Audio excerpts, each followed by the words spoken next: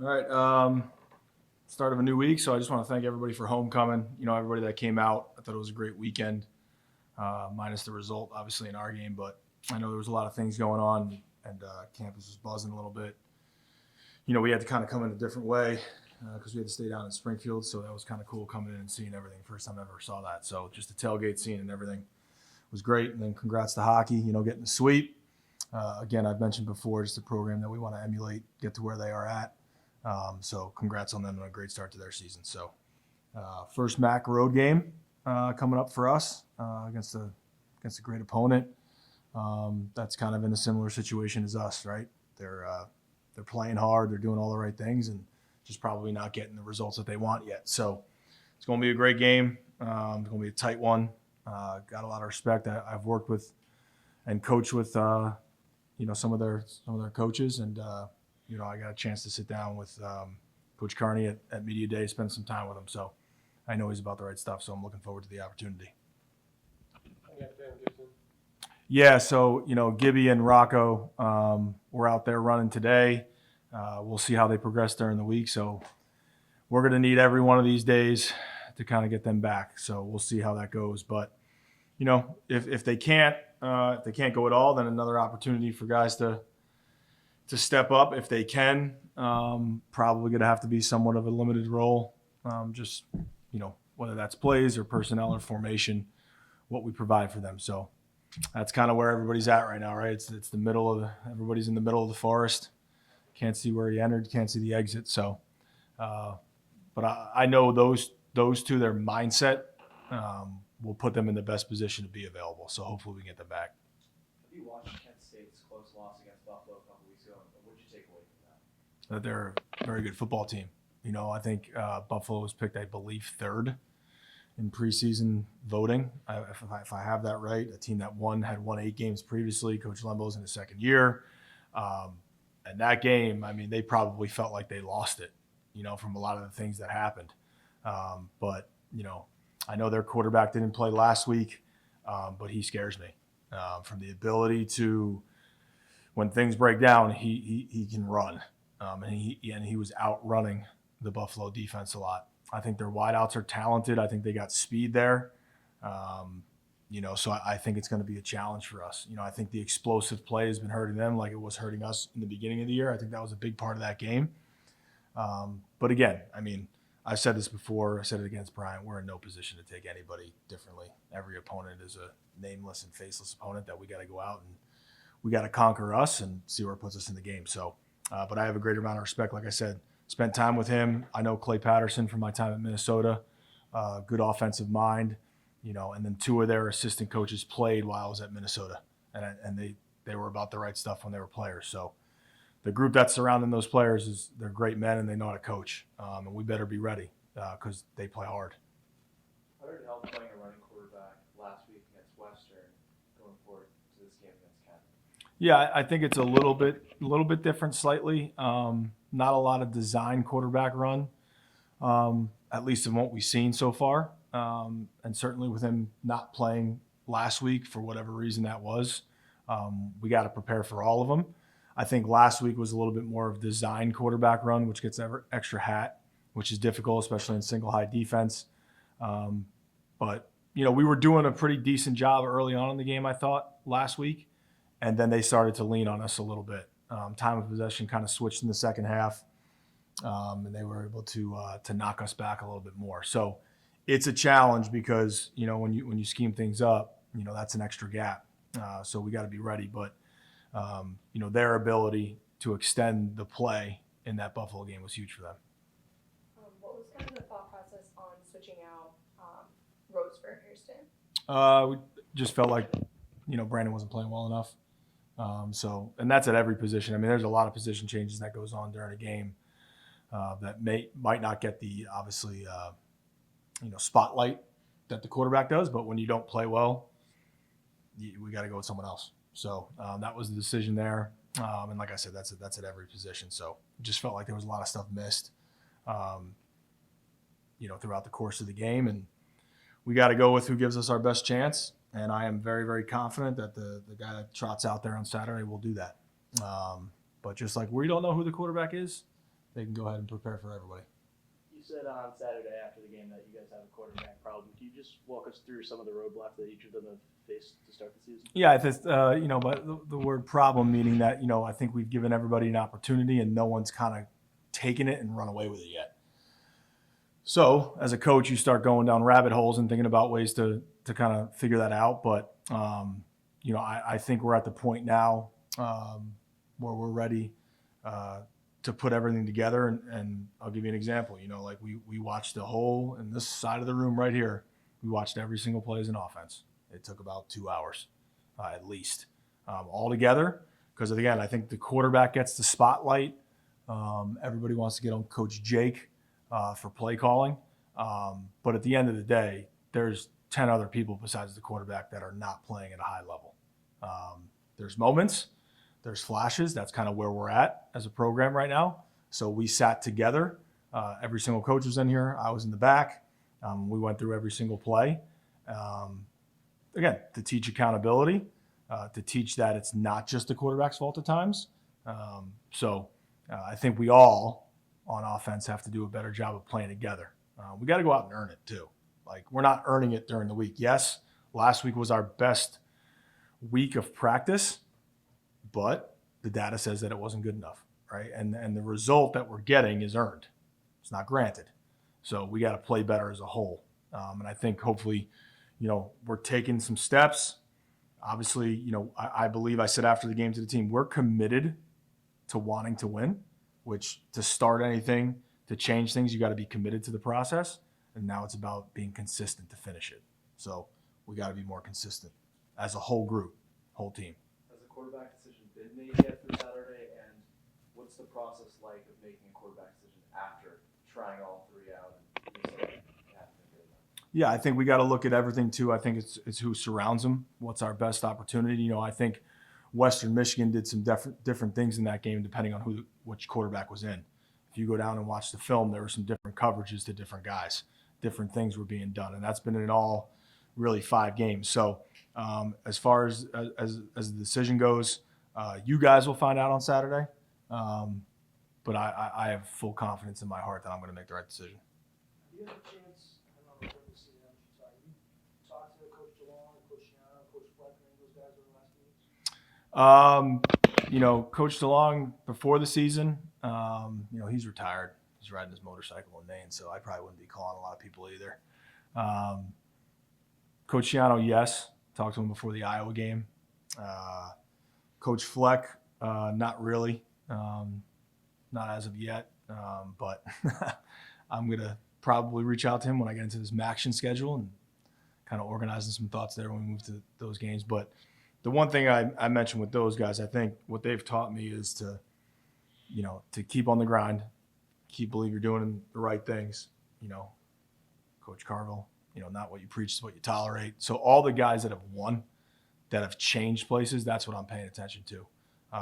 They got their jobs to do, and all of them are in different situations. Some in better situations, some in kind of the same. But that's what I take from those conversations. I think everybody in times of adversity, you got to lean on people that you believe do the right things, and that's what I've kind of done. So that's where that's at right now. Talked about this. The 20 guys you have in the 26 recruiting class. In general, what do you like about that group, and what do you tell those guys at this point? About coming in, staying the plan, your guys' plan. How do you kind of keep those guys secure? Yeah, working at it every day. It's probably, besides the result of the game, is the number one thing on my mind, is keeping those guys intact, because there's a lot of them that are doing really, really well. We had about 4 or 5 of them here on Saturday. We've had most of them up so far for some games. And my message to them is, we're going to get back to high school recruiting. I've said that before. I went over those, all those stats about a couple weeks ago, which it isn't just fluff, right? Numbers are numbers. You open your bank account, whatever's in there, that's how much money you have, right? There's nothing, numbers are real. But I think the biggest thing is I talked to them about after the game on Saturday, and I met with all the 26 commits after the game, one-on-one in my office. They are the future. They are the new path. We believe that's the way we're going to have growth in this program, is to develop guys. And I think the biggest issue in the past here for me, just looking at it, and I truly believe this, we need to become a hometown, right? Everybody here is from a hometown. There's a connection. There's a community. You care about the place. You'll go above and beyond. I think in the past couple of years here and over time, this has become a vacation land, right? And people want to stop by and get another chance and do this, and they don't really care about UMass. And when UMass was good, albeit 1AA, the guys that still come back, right? The Billy DeFlavios, the Ned Deans, everybody, they had a connection to this place, right? Through Coach Reed, who was here, and they bleed this place. And I think that's something that we're missing right now. And listen, vacation land, there's 136 vacation lands people can pick. You can tell me where we're at on that as it stands right now. So I just think that road, that quick fix just hasn't worked, right? And, some of our, look what Elijah Faulkner's doing, right? Just proud of him. I got a guy that came in and working his butt off, and Jax Markovich, those kind of guys. Jaquan Gibson stuck it out. He's got a connection to this place, and he's become our best player. Ty Harding. So we need to get back to that, and I truly believe that. But that's for them, it's about keep showing them the light. We got to get some wins going. Certainly that helps. But at the end of the day, I think between me, their parents, and them, showing them that we're doing the right things, it's not surfacing, kind of right now. So just got to believe in it. Just got to keep going. You call yourself the culture guy. How hard has it been to maintain that culture going into the game when you're 0-5? Yeah, I think just staying steady on the process, right? It's about the work. And I tell the team all the time, you go into the week, you earn the right to win. And I thought last week was our best chance to win. We earned the right to win. And the game was 7-3, late in the third, probably about 2 minutes left. And they executed and we did it. But, with culture too, it's about what you preach, and then ultimately it's about what you tolerate. So, I'll give you a little insight. We had 10 guys last week during the week didn't do the right things. So I'm not gonna do that. I'm not gonna make those decisions.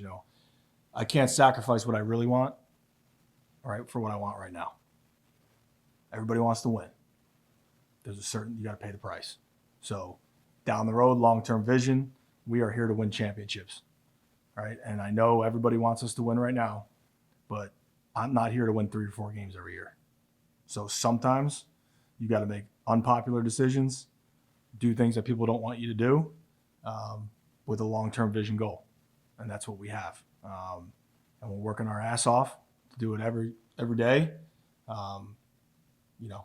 Coaches are working their ass off, and so are they. But I'm trying to teach, which is really hard, that if you don't earn it, you're not going to get it. And it's about during the week. They don't hand us the score before the game. I'm saying, okay, now go play to this. The game is earned, like anything in life. So it's the power of belief. Just got to keep going. So. Do you have a chance to rewatch those procedure penalties? Yeah. The first one, I've handed them in. I will get a response. Reese is on the ball. Our tackle is breaking the hip of the guard. So it kind of looks like from the naked eye that he might be in front of him. So it's close, but we ultimately talked about yesterday, Reese has got to make that right. If he feels like he's too far in front, just back up a little bit. The second one, what I was told was that both guys were on. Again, I've handed it in. It's clear to me that their foot where they are on the line of scrimmage is not that case. Because the line of scrimmage was the 12. Reese is on the 11. Unless they felt like the other side, both guys were off, which I could see that. But I just need to get some answers. But it all comes down to we have to do a better job with our detail in those situations to not even let the officials have a chance to make those calls. Is that something that they're too close to making the official take that? Yeah, I think when it's in that gray area, the official, and which they did, they tried to help us by telling us, hey, you're both on, you're both off. Like someone's got to fix it. And just as we were moving back, it got penalized. So you're correct.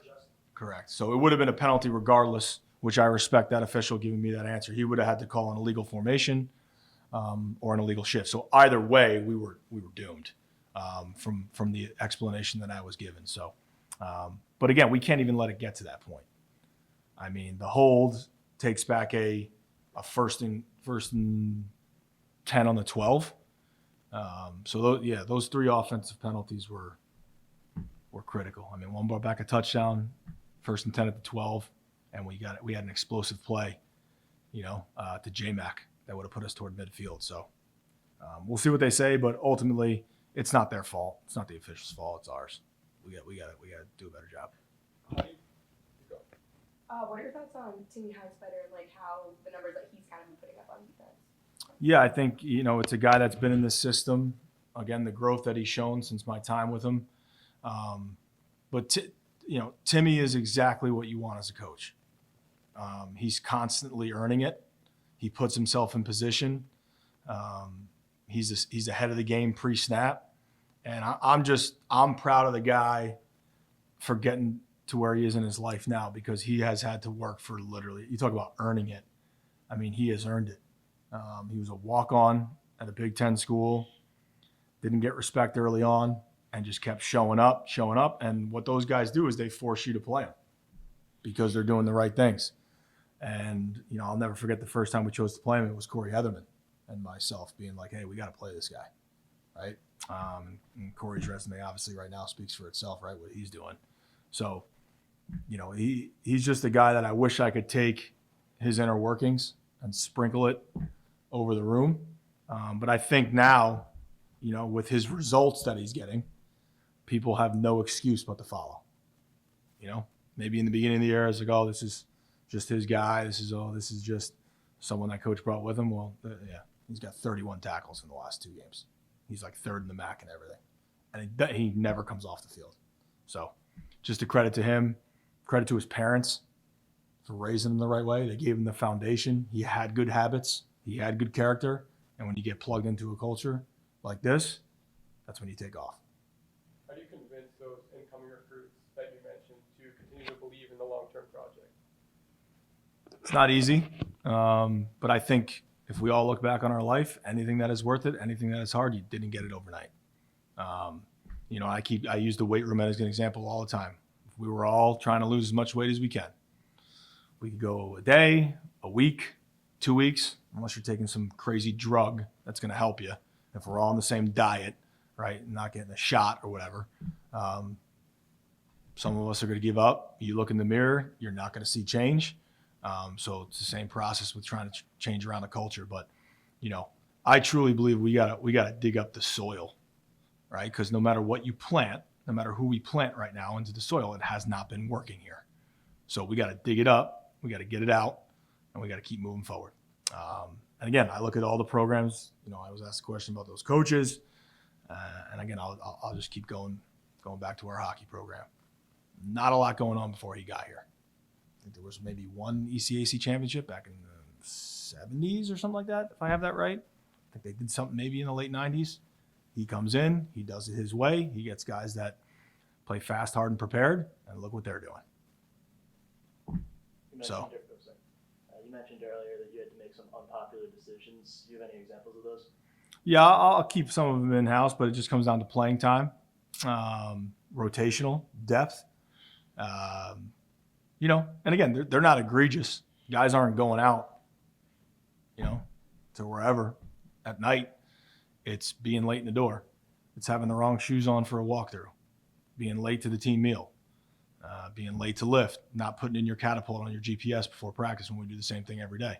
So those are the kinds of things that, again, I could speak here and just keep talking about it and not hold them accountable. And maybe guys wouldn't care and they'd be like, all right, that's kind of cool.